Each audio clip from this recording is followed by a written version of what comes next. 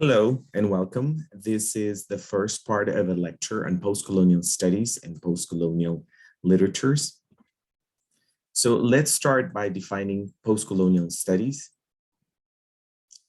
They are centrally concerned with texts arising in some way from the social consequences or historical effects of colonialism.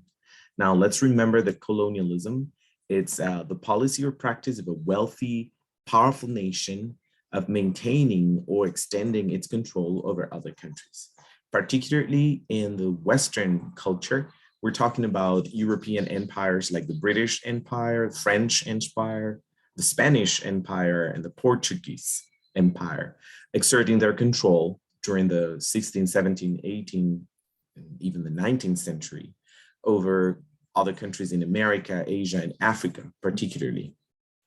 So postcolonial studies focuses on the results of that. It's the aftermath of postcolonialism. What happened to those countries? What happened to those cultures and those peoples? And what are the effects, social and historical effects of colonialism on these territories? Now, if we talk about postcolonial literatures in English, particularly, we're referring to works of literature that were written in English or in some version of English, but because of their postcolonial background, have some influence from other language cultures and other language literatures. So if we talk about African literature, for example, postcolonialism concerns itself, or postcolonial studies concerns itself with the literatures written in English in Africa, but they also have the influence of all the other languages that are spoken in the continent and how those languages and cultures affect their worldviews presented in those texts. Now, the postcolonial perspectives turn a given view or attitude around and focus on the other side. So postcolonial perspectives just turned everything upside down. We're not focusing on the Eurocentric, European, white English worldviews, but we're just giving voice to the other cultures and the other literatures that are written also in English, but from a new perspective, from a different perspective. They are the other, that voice that hasn't been paid attention to since colonial times. But in postcolonial studies, we are turning around the table and we are focusing on the other. Now, postcolonial literatures work to reverse common views.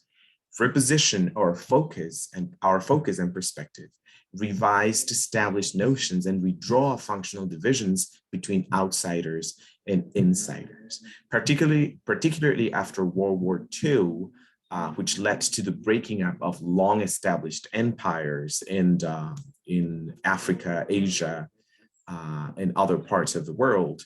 We are now focusing on these minorities, these culturally relegated and socially and historically relegated peoples, and we are paying attention to their culture and their literature. And that's what postcolonial studies does in general.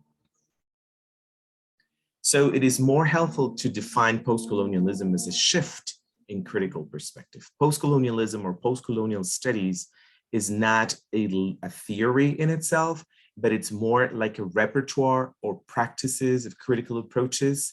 And in that sense, it's a set of strategies and procedures that we use to study literature that hasn't been studied traditionally or canonically.